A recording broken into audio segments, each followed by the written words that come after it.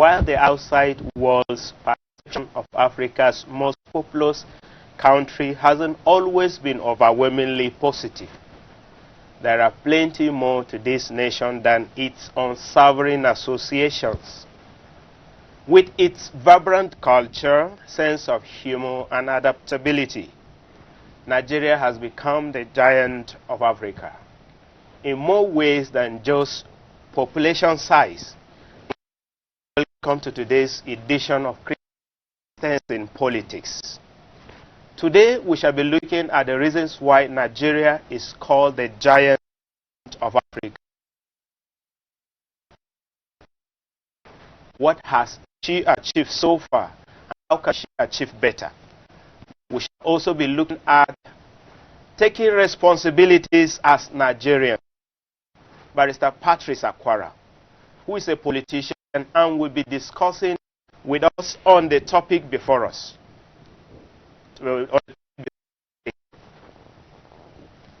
Sir, welcome to our program. Thank you. Good morning. Thank you, everybody, for having me. We shall be looking at the effect of godfatherism. The last time we met in the program, we looked at the effect of godfatherism. And thankfully so, Edo State gave us more realistic answer to these effects. And so, viewers, we shall take a quick break. Video. Kindly stay with us. To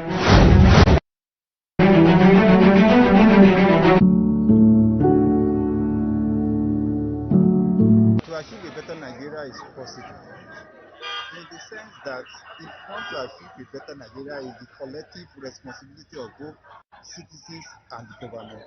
To some extent, the government have a lot in achieving a better Nigeria. But by the time we look at where we have been coming from, we think about our founding fathers like Chief of Africa, Tafawa Balewa. They laid a solid foundation for Nigeria in order for us to achieve a better Nigeria. But as time progresses, we citizens and at the same time government a better Nigeria. If you want to achieve a better Nigeria in this contemporary world, what we're supposed to do first and foremost, we're supposed to focus on God. Let God have His way in Nigeria. That is number one thing in achieving a better Nigeria. And we, the citizens of the country, we're supposed to do what is right in order to achieve a better Nigeria. Because if we don't do what we're supposed to do, we cannot. And at the same time, this present government, they have a lot to do in achieving a better Nigeria. If you want to achieve a better Nigeria, politics are going to push it aside. Tribalism will push it aside. But by the time we push all these things aside, by the time we look at the merit, no matter where the person is coming from, by so doing, we can in the right position, we can achieve a better Nigeria through that thing. Yes, it's possible to achieve a better Nigeria. This is because we are a nation of vibrant and creative youths. A nation that does not give up easily in spite of troubles, in spite of hardships. Even when we attack black ships, we see out of our mind. We are a nation of people who will never wallow in our sorrows. We cry out to our God, and instead of sitting in pain, we make out creative comic reliefs to boost our lives and get ourselves back on track.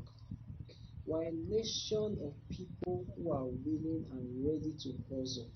So I believe with consistent enlightenment, constant and fervent prayers and supplications to our God, we can make Nigeria a better and more prosperous nation. leaders have to be realistic, have to be truthful, and have to have the heart of the nation. Secondly, citizens have to be responsible. Responsible in the sense that we do things that will build our country and not be selfish about anything. People these days want to basically amass wealth for themselves, not minding how it affects the next person. So we have to take responsibility by doing things because we know that this is what is good for the nation and not for ourselves. I think that is basically what would give us a better Nigeria going forward. Is it possible for Nigeria to be better? The question is it possible for your life to be better? If you still dream of a better life, then we can also dream of a better Nigeria.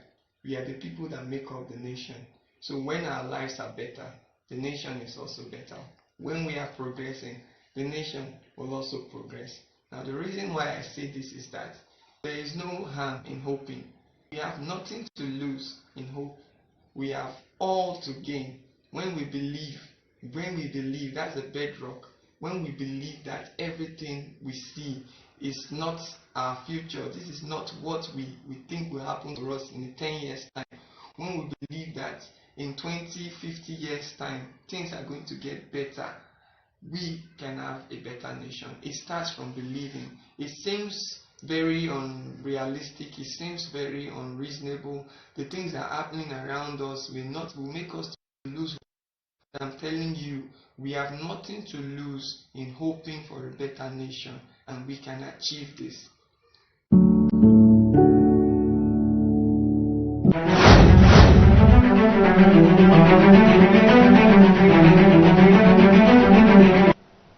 Thanks for staying tuned, and if you are just joining, this is still the Christians in Politics program reaching you live from the ACNN TV studio, and I'm still in the studio with Barrister Patrice Aquara. You're welcome once again. Thank you very much. Appreciate it. So, sir, what can you say on the topic before us, achieving a better Nigeria? Yeah, like a lot of commentators have said, all of us are Nigerians, so it's a collective responsibility. We must, as a matter of citizens' responsibility, endeavor to make Nigeria workable. Like the last person said, if you believe that you can improve, if you believe that you can achieve personal improvement, then also we should believe that Nigeria can also achieve a national improvement. When you break it down, you find out that national improvement starts from personal micro improvement, then we'll expand it to macro level. So I believe that Nigeria can still make improvement. Okay, so with the opinion of the speakers on the video we just watched, what is basically your reaction as a person? How do you see it achieving a progressive Nigeria? Yeah, the problem, majorly, Nigeria's problem had centered mostly on using resources to affect everybody. Yeah. Let the resources work for the majority of the people, and that is essentially what governance is. Governance is where the structures of government, the institutions, the public institutions that have been put in place, right from the presidency, the legislature, the courts, the economic the economic sector, the sports sector, as in the medical sector, and all the resources that both natural and human capital resources will have, if we can galvanize them and use them for the optimal benefit of the majority of the people. That is essentially what will make Nigeria good.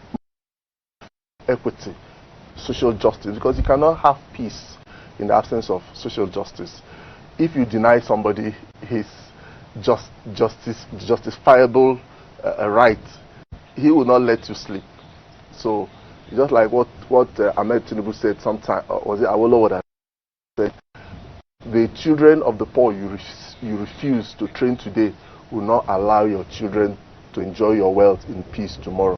So everybody has a stake in the Nigeria enterprise. So when we use all that Nigeria has for the benefit of all, irrespective of where you come from, irrespective of your background, irrespective of your religion, irrespective of whether you're learned or not learned, so long as you are a citizen of this country, you have equitable rights to the resources of Nigeria. And we should also place a demand on leaders to be effective in the management of our collective resources. All right, thank you so much. Now, I heard one of the speakers saying, where there is life, there is hope. Of course. Is there hope for Nigeria? Because agitation in our country right now, restructuring. People are clamoring at the agitation anywhere, everywhere. So, is there hope for this country, Nigeria? Well, of course, I'll have to start with a positive. You know, hope as a concept makes you positive. But when you depart from that concept, what is the functionality of hope? Are we walking the talk? Yes, we have hope, but are we operating like people who really believe that Nigeria will be better? I was reading up yesterday. Somebody said, Nigeria, the chances of hope in Nigeria can only be bettered when we don't just leave the opportunity of a better Nigeria to an instrumental 4 years interval. Yeah. When we vote for somebody, we just allow him to mess up till the next 4 years before we start acting. It's supposed to be a functionality of our daily activities, the account we hold those who are in leadership. Take, for example, those who are really serious about, you know, they say America is the land of hope. And how do they make the hope? Every day, even with Donald Trump in hospital recovering, some people are saying he's not recovering, always challenging him, always there on his, you know, always giving him a tight marking, as you know, footballers say. That is how a country that you can have hope that those who are in leadership are held to the account of the public trust bestowed on them. Situation whereby you just finish voting and you just go home and rest, thinking that the politician will do magic. No, I can assure you that. So, as much as we love the concept of hope and the negative and the positive aura it brings, we have to walk the walk of hope. If you hope to make a first class in the university, you can't just end it when JAM gives you admission. You must read up. You must be very, very, very studious for you to achieve that first class at the end of your 4-year or 5-year tenure in school. So that is how it operates. It's not just a wishful thinking. All right, thank you so much. Should it be that it's because the government of the day is not so friendly with the people? Because there were calls for protests during the 1st of October. And there were protests here and there, and so many of those protesters were arrested. Should it be that because the government don't give people opportunity to air their views and also to protest and say we don't want this, this is what we want, and that is why Nigerians have decided, okay, since if we come out we'll be arrested, we'll just stay away? Could it be that this is the reason why some of these things are the way they are? You know, I recall those days when we were in the University of Lagos as students' union executives. There's this phrase they used to say, the greatest weapon in the hand of your oppressor is your silence. When you are silent, the more you are silent over the instrumental misadministration or maladministration, by the time it builds up, you understand, you have empowered and emboldened those who are oppressing you. I will marry it with what I've forgotten who said it. He said during the time of Adolf Hitler, Adolf Hitler first of all came for the Jews. They said, I'm not the German, sorry, the Irishman said, I'm not a Jew. The priest said, I'm not a Jew. Yes. And kept quiet. Later he now came for another segment of the site, maybe the medical doctors.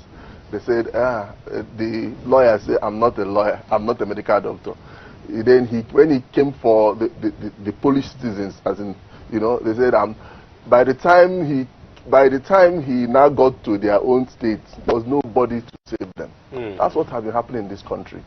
Since when this administration came, you know, the viral state of hopelessness we have in this country didn't start today. It started instrumentally. You know, I recall, I think the initial monster they had to deal with was IPOB. Everybody said, I'm not this, I'm not that, I'm not IPOB, I'm not this. Then later, it was the turn of El Zagzaki. It was, I'm not. Then later, Showore, then they attack Showore and all this. Then, you know, just instrumentally like that. And now, it's the whole thing has snowballed.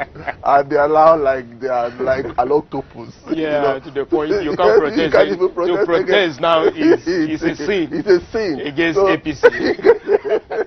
So, you know, that's just the whole thing. All these things, and some of us in interviews elsewhere, we used to really draw the lesson of history to tell people, but they didn't know. But now you can practically not protest in this country. I can assure you. You know. All right, thank you so much. Now, what have been our previous achievement that earned us the name Giant of Africa? Yeah. Yes, Nigeria has really achieved a great deal in the community of nations. Nigeria, a part of her giant size essentially was because of her population. You know, being the most populous African country. Yeah.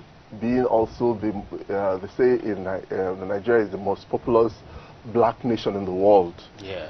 You know, they say a third. My statistics may not be correct, but they said nearly a third of every black man lives in Nigeria. Yeah. You know, or thereabouts. Then also, you also find out that apart from our population, we've also achieved quite a lot in some other aspects of our engagement, like democracy. When we achieved our democracy, you know, since our independence in the 60s, you know, the oil boom in the 70s during Gowon, with Nigeria developed a lot of human capital, you know, infrastructure. We also developed a lot of fiscal infrastructure. We send a lot of people outside in the area of sports. Nigeria have achieved a lot in the area of science. Some of our best brains have, you know, doctors, you know, have had inventions, people like Philip Emeagwai. You know, a lot of our doctors have made a lot of discoveries. And we also achieved in sports. Nigeria, the national team, we've won, you know. Okay. Well, I have my reservation with sport. No, we've won the Cup of Nations, we've won the Olympics, we won we were the first nation to win the Median under 17 World Cup. Yeah, you know, that's true. Yeah, under 17 we have done well. Right? Yes, we've reached finals of even the intermediate cadre, the Flying Eagles. Yeah. During Mikel Obi, you know. Yeah. So we have achieved a lot, even in the area of medicine. We've achieved a lot in the area of Nollywood. Nigeria, Nollywood actors pioneered, you know, acting in such a dimension. I think when you mention Hollywood, Bollywood and Nollywood. Nollywood. You know, they pioneered it in sub-Saharan Africa. You know. So Nigeria have achieved a lot, you know, in some other aspects of life. The resistant nature, the never say die nature of the Nigerian man has been acknowledged everywhere in the world. We also have had some literary giants, people like Chinua Achebe, Wole Soyinka, Amanda Adichie. We've achieved people like Doran Wapa. You know, we've achieved a lot in human capital development. So I think Nigeria we've had it. Yeah, in fact, that they are also the most educated immigrant in the United States. Exactly. So with all of this achievement, where did we get it wrong? Yeah. In your own opinion? Essentially, we got it wrong when we, you know, when we didn't lay premium, to human capital, when we didn't lay premium to the individual. We laid premium more to your background, where you're coming from. You know, nepotism, religious differences, sectionalism and all whatnot. These are the things that really, to a very great extent, Nigeria should have been just like we didn't build an institution whereby wherever you are coming from, like they say, coming to America, the American dream, you know, we are like America in a way, in that we are heterogeneous. We are a complexity of people. You know, it's a labyrinth of complexities, different ethnic background, different kind of people. But unlike America, where they don't have state of origin, we have all this. You can imagine presidency. You either go to the north, you go to the south, this or that. But in America, within a space of 8 years or thereabout, one single family, a man and his son ruled the state, ruled the nation of America. You know. In fact, while his brother was president, his younger brother was also president of another governor of another state. You know, so it was the society there was built based on your capacity. What can you do? What can you do? What your capacity to bring value to the table, not just whether you are from southeast or whether you are from Gwari or whether you are from Adamawa, all those things, you know, all these primitive way of thinking. Let me tell you the truth. You cannot want to go to the airport and you put your car to Nyanya. Nyanya doesn't lead to the airport. If you are in Wusetu and you want to go to airport, my dear, you have to head towards Lugbe. If you are going to Nyanya, it's either you are going to Kefi.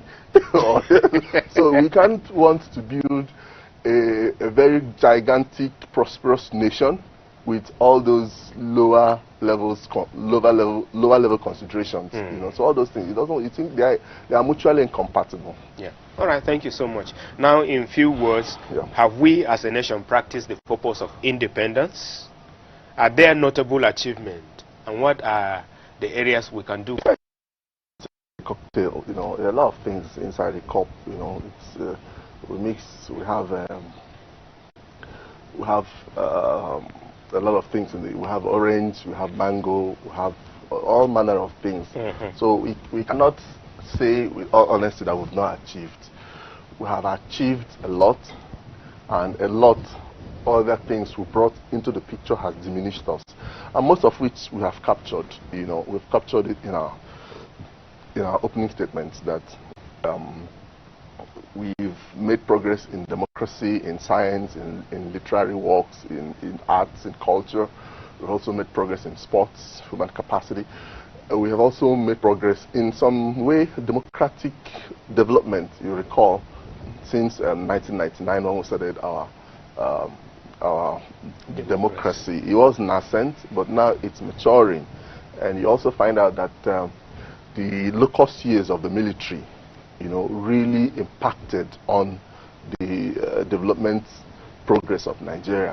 So the military had not really helped us. But successively, since 1999, we've had transitional democracy, handing over to the other democracy. Although our elections had not been, part of our failures had been our elections. Our elections had not been as transparent as one would desire. We started from the electoral reforms of Obasanjo down to Yar'Adua. Jonathan continued the appointment of Jega, and Jega even conducted an election where the incumbent president then, you know, even behaved in a Western manner before the election was. The election results were finally collated. He even called his contestant, his opponent, and considered. But the last election is like, having made some 10 steps forward, we now made 25 steps backward. You know, so those are the the failures we've had so far. All right, so viewers, we will go on a short break, and when we return, we will continue with our discussions.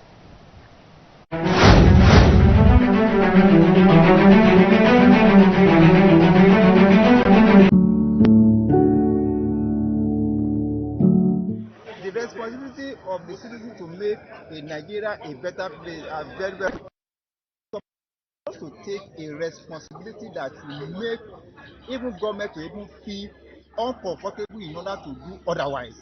in the sense that as a citizen during the election, you're not supposed to take 10 kobo from any political party. If you don't take money from any political party, if you vote according to our conscience, that is to say, we vote a good leader. Number one thing in achieving a better Nigeria is we're supposed to vote a good leader. If you vote for a good leader, we can ask them, as time progresses, to account for our collective resources they are holding forth on our behalf. Number two, we citizens, we're supposed to do what is right, in the sense that because by the time we look at what is going on nowadays, the issue of 419 now of fraudster are too many. Why? Because there is no job opportunity for citizens. As a citizen, you're supposed to think of getting to the top gradually. You're not supposed to think you must get there once or we must go there in a day. If you have the mentality of getting there in a day, we are going to misbehave. But if you have that mindset that we start from the scratch, we build everything to the top, then we get there. As a citizen of the country, we're supposed to take ourselves as one, no matter where you come from. Either you are an Hausa, you are Igbo, you are Yoruba, we need to see ourselves as one. We need to take a responsibility that will make people to believe that, no, this person is a Nigerian citizen. As a citizen of a great country like Nigeria, if you want to make a country to be a better place, we know a lot of things to do. We need to help ourselves. We need to feel the pain of one another. We need to do what that will make life very, very easier for every citizen of this particular great country, Nigeria. And at the same time, as a citizen of the country, we're supposed to have our focus on God, because without God, we cannot easily achieve a tangible things in the country of ours called Nigeria. I can probably write a note, a textbook, a book about the responsibilities of citizens in making a better nation. But I will just summarize this. As citizens of our country, if we are to make this nation better, it is simply left for us to keep on praying for our nation. However, we have to take it as a responsibility to show or to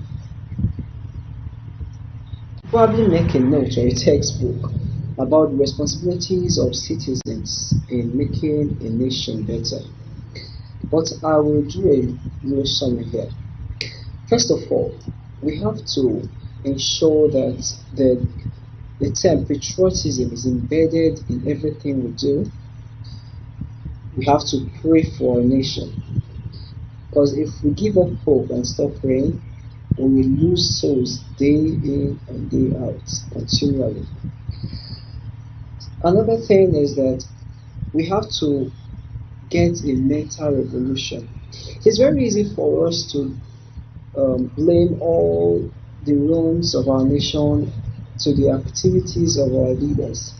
But if we take a step back and look at everything that has happened, we will realize that a great percentage of the situation at hand is embedded in the mentality of we as citizens, because our actions are actually influenced by the actions and reactions of fellow Nigerian citizens.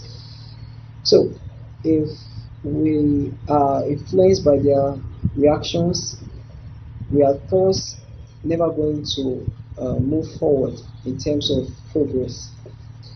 So we have to creatively come back to our senses and make a better.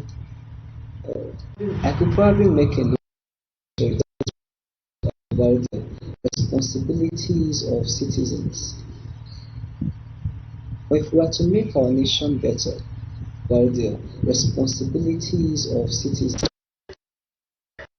So citizens have not been responsible. So going forward, I feel that citizens should take responsibility and make our leaders accountable for their actions, and ensure that leaders do what they are supposed to do, and not just collect peanuts and collect the perks of just some little things and decide not to do what they are supposed to do. And then citizens should not lose hope on the country, because the actions of citizens have shown that it's like they have lost hope. They don't believe that Nigeria can change for the better.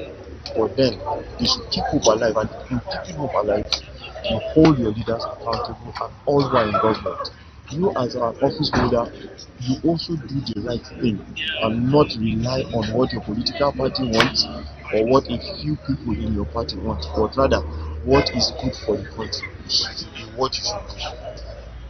Commend the hardworking citizens of Nigeria. You see the work he's doing in the country. You see how he's building industries. If we have people that believe that Nigeria can grow and they can grow their business in Nigeria like Dangote and the rest, we can achieve a better country. We can hope for a better future. If we believe in our brand, if we believe in Nigeria, if we don't just recite the pledge, if we act the pledge, we put it into action. We don't just say those words. We don't just sing the national anthem. We have respect for the national flag. We have respect for each other. Irrespective of our differences, we respect each other and we're able to tolerate each other. We can achieve a better nation. Now, there are many ways citizens have been contributing to growth of the country. I am also a citizen. I organize weekly programs for young people online, and we have Nigerians from different parts of, even from outside the country, contributing to the growth of the nation. And so when we are able to do this, no matter how little your contribution is, you are intentional with it. You do it for the greater good. You're not doing it for yourself alone. You're thinking about the children that are coming. You're thinking about 50 years from now. You are intentional in your doings. You will be able to achieve a greater Nigeria, a better Nigeria. When everybody think about the future, when we are not just thinking about how we are going to squander resources now, when we think about years from now, when we do things knowing too well that our children are coming, when we have them in mind, we'll be able to achieve a better nation. My advice to the government is, take it a step at a time. First of all, don't frustrate the citizens. When they vote for you, they believe that you are able to deliver. And so when you come up and you don't deliver, you get them frustrated. So when you deliver on your promises, we can be able to work together. We'll be able to build trust. When we have trust, when we trust the government trusts the citizens, things can be better. My advice to the government again is that take it a step at a time, one more time.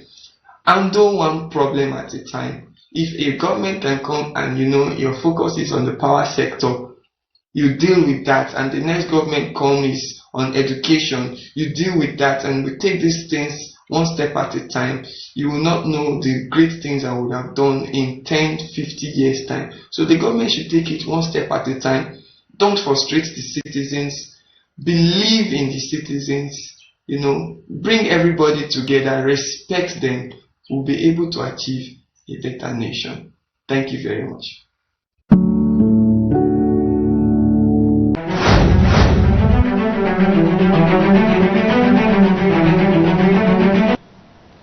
Viewers, welcome back. Is still the Christian in Politics program.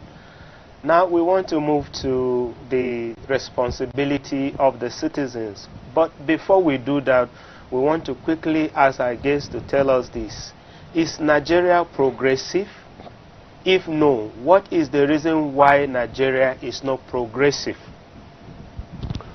Okay, thank you very much. Just like the jurist, the eminent jurist Lord Denning said, you cannot place something on nothing and expect it to stand.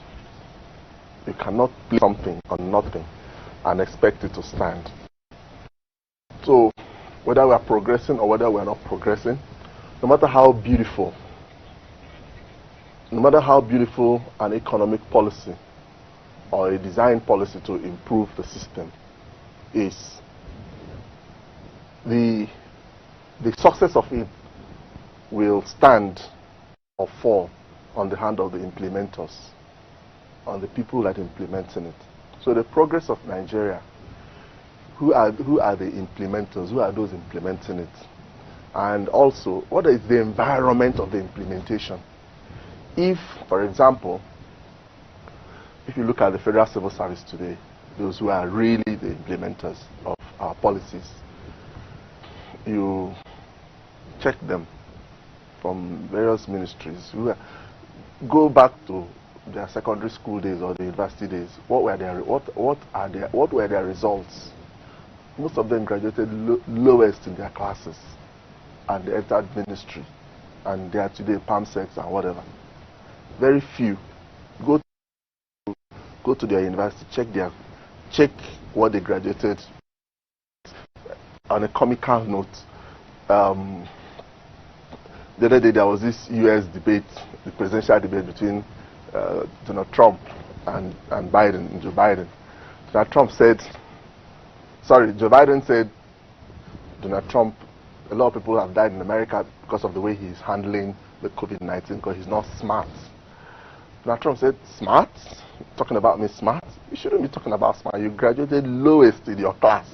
How can you be, if you are smart, you shouldn't have graduated. Which means, as someone who graduated lowest in his class, he shouldn't even come to say that he wants to handle national policy. I remember as a student at the University of Lagos, the policy in the University of Lagos, you cannot aspire to be a student union executive without being up to 2.2.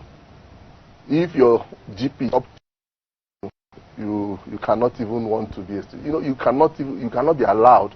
So when you check those who are implementing it, what is their intelligence? What is the acumen? What capacity? What human capacity? How can they respond to problems? Then you also check the environment of implementing it. Is it the low power that we have?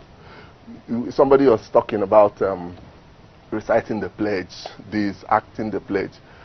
All those things are just academic exercises. They're very good to be taught in school, because the grooming, the environment of a Nigerian growing up, the fathers were not really assisted to train us.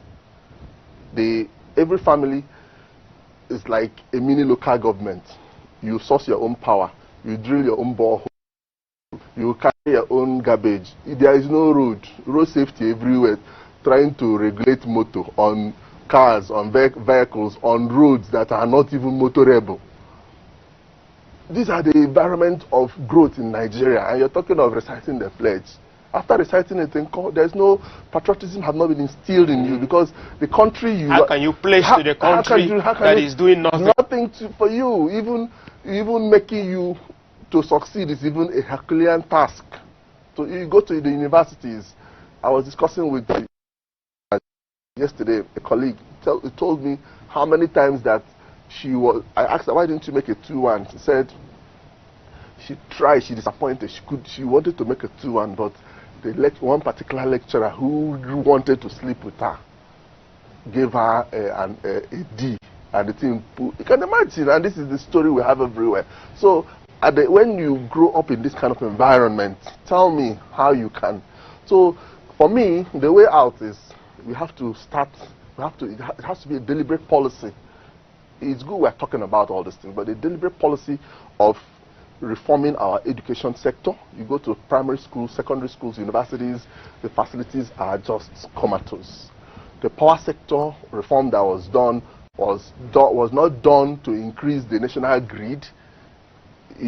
Grid, G-R-I-D, not G-R-E-E-D. It was done to increase the national grid, G-R-E-E-D. Those in power those days, they are the major shareholders. Go to CAC and look for the share subscription. The shareholders of EEDC, AEDC, anyone, all of them. Distribution companies. Check, most of the people who are shareholders are former that, the people who ruined this country. And that is why keep on talking of electricity increase in tariff, what you pay, without a corresponding increase in the grid in the GRID, but they're just using us to feed, and they're just using us to feed on their lust, on their greed. You understand? So when you look at all these environments, you cannot but tell me that you cannot expect anybody who is managing the policy trust people brought up in this kind of environment can give you all these beautiful fine points on paper. It's just like my former lecturer will say, it's a very fine point on paper, but without any functional relevance or capacity.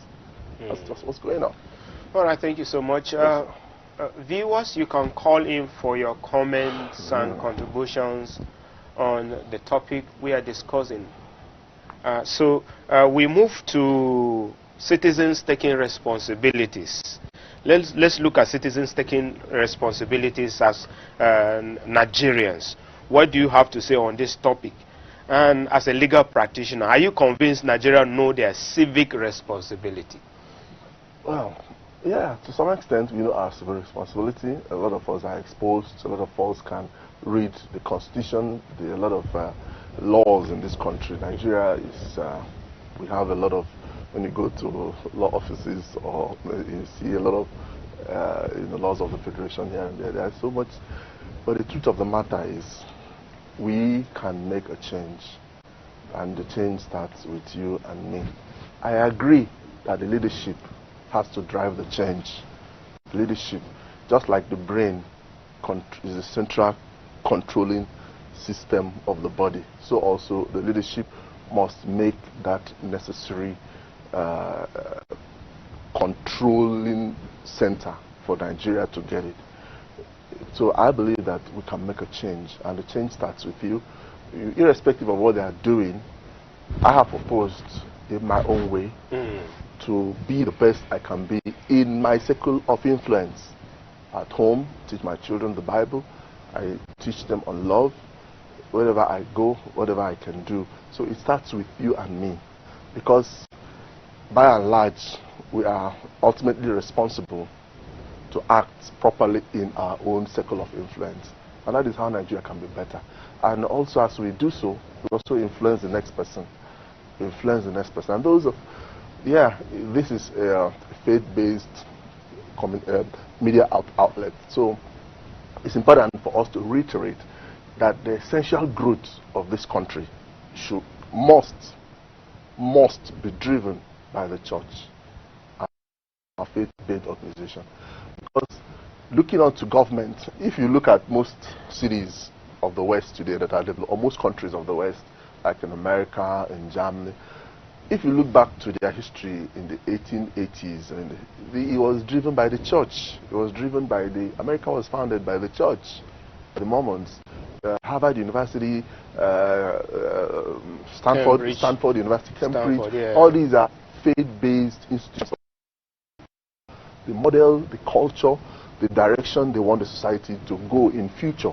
We have to build, we have to be futuristic. But what you see today is most of our churches today are just interested in money. It's just about money, the next money, the next money, the next money, and the next more money. We are not. You know, church cannot move without money. It is not. No, it's not true. The central. Those are the things we have coined for ourselves. Jesus Christ came. He didn't talk. He preached in a way that you can relate money to it, but his central focus was the work of his Father. The work of his Father was building character, molding people. Repent is a character molding a facility. It's a character molding software. Repent, have a change of attitude. So if the church focuses on repent, on having a change of attitude, having a change of culture, having a change of how to do things, find out money, all those things will just fall in line. Fall in places. Yes. Okay, thank you so much. Now, can you quickly mention some responsibilities of a citizen in such a country as Nigeria? Just obey the law. Did the Constitution say anything? Yes, the Constitution. Yes, we have a constitutional responsibility. We have a constitutional obligation to do some identified things. You know, we have to obey the law. you have to obey the traffic, you shouldn't be corrupt. Corruption has really had mortgaged our country. You are in a public office, you shouldn't take what doesn't belong to you. You shouldn't request for bribe or kickbacks. You shouldn't inflate contracts.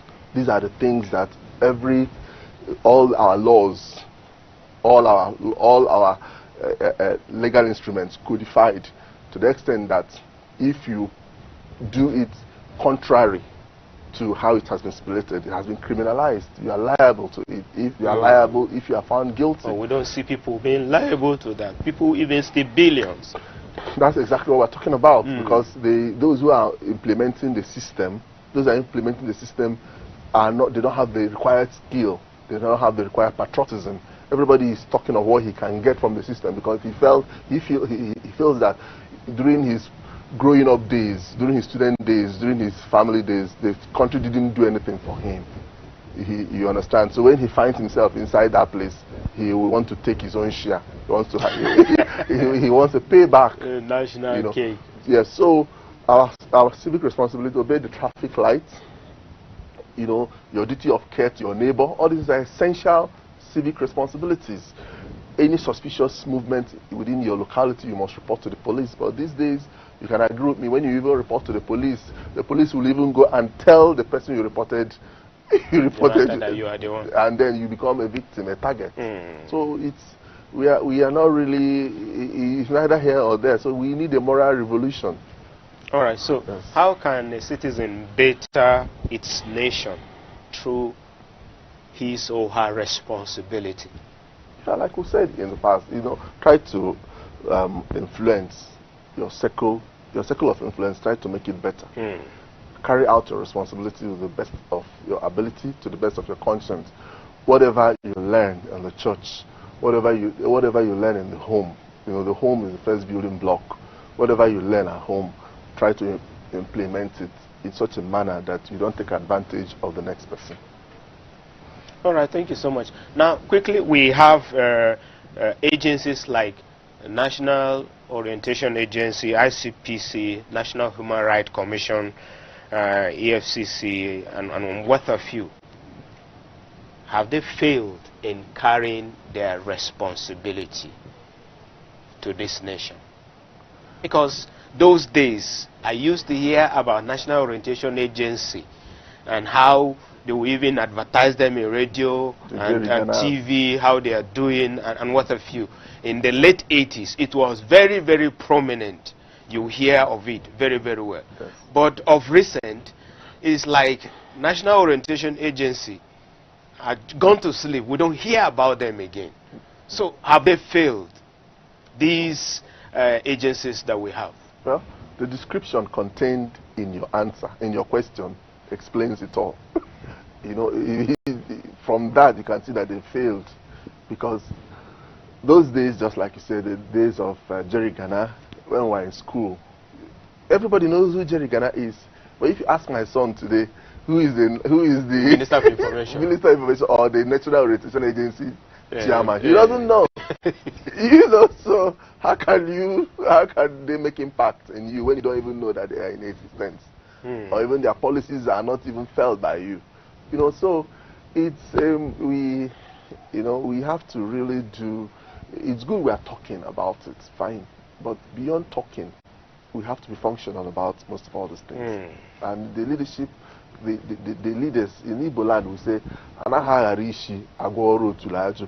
That is, when you go to the farm, you need to, after harvesting your coconut or cocoyam or cassava, you put it in a sort of a container. Then you tie small wrapper and put it on your head and put it. You don't do that to the buttocks, you do it to the head, because that is, you use the head to carry it. So the responsibility to carry the load, it's not from under, it's from the head. So the head must act, the head must show the direction. Where, just like today, I wouldn't say that the present, because there are a lot of areas that are good, trying to diversify the economy away from oil alone. The agricultural section, they are trying to make it based through the value chain, whereby you okay, let's say you take corn, for example. A lot of derivatives can be gotten from corn. Yeah. You know, it's not just about just using it for just to eat it. As you know, you can use it for ethanol. You can use it for a lot of things. You can use it for even to manufacture rice. Sorry, bread. You can use it to manufacture. Then we'll buy the golden pennies from the Western world. But now we have a lot of industries that are, you know, adding value to all these crops. So the federal government is really encouraging. You know, even myself, by His grace, I'm a rice farmer now. You know, so it is the federal government are really encouraging a lot of local, production. Local people to go into production instead of just the supplementary farming we used to. So it's not just all low for them. There are some very good economic policies that the president is coming up with. But the thing is, it's very important that he should diversify it. He should be like somebody like Mandela.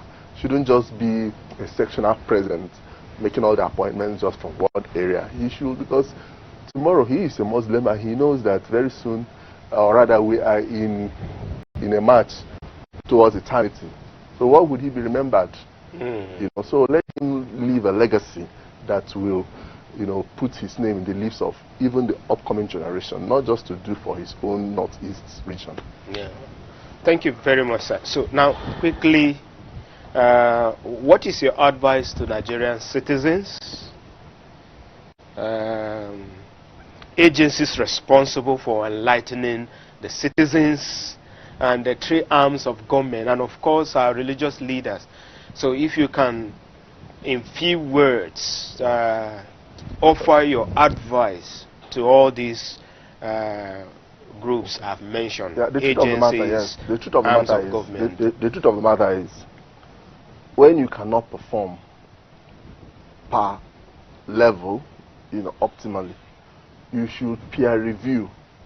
From what we are seeing, they are not really performing very well. So I believe that they should review the performance of their peers in some other climes. You understand? They can go to Germany, they can go to America, they can go to other fledgling economies as well that are up to speed performance level in all these sectors you've mentioned, and review them. You understand? And review what they have been doing and implement it in Nigeria. That's just the only way to. You cannot be an island to yourself, and yet you're not even doing well, and you feel unconcerned simply because at the end of the month you are paid salary. You understand? Yeah. So if the software you have has been, it needs updating, you should go out and take some capacity building training so that when you come here, you run the country the way those modern economies are being run, or modern societies are being run. So that is my approach towards all this, because as it is, we are not there. We are not even aware that we are not there. Everything is moribund. Okay. So, and what about citizens now? Because you've told us that of government. Yeah, like I said, every citizen try to better the circle of influence. Wherever you are, try to make it better. I've restated it. Wherever you are, whether you are the manager of this studio, try to do it to the best of your ability. Whether you're a parent, try to train your children. Those are your immediate circle of influence. As a father, your children are duty bound to respect you. You may not have the same respect in the park, so you don't control anybody there. But where you control, try to use the best model, the best culture to model life there, to model behavior there. So that is a citizen responsibility coupled with obedience to civic rules, the laws of the land. All right, thank you so much. We have to thank you, Barrister Patrice Aquara, a politician and a social affairs commentator who has also come to share with us on this very important topic, taking responsibility as a citizen of a country. We want to thank you so much for coming. And of course, time couldn't permit us. I would have asked you about Edo. We've seen how last time we discussed about fatherism, Edo make a clear statement that Edo is not Lagos.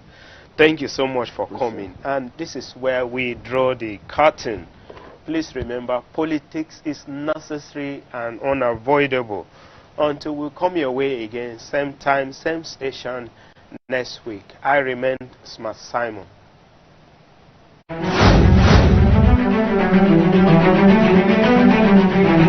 The views and opinions expressed on this program are those of the guests and viewers, and does not necessarily reflect the views and opinions of the Advent Cable Network Nigeria, ACNN TV.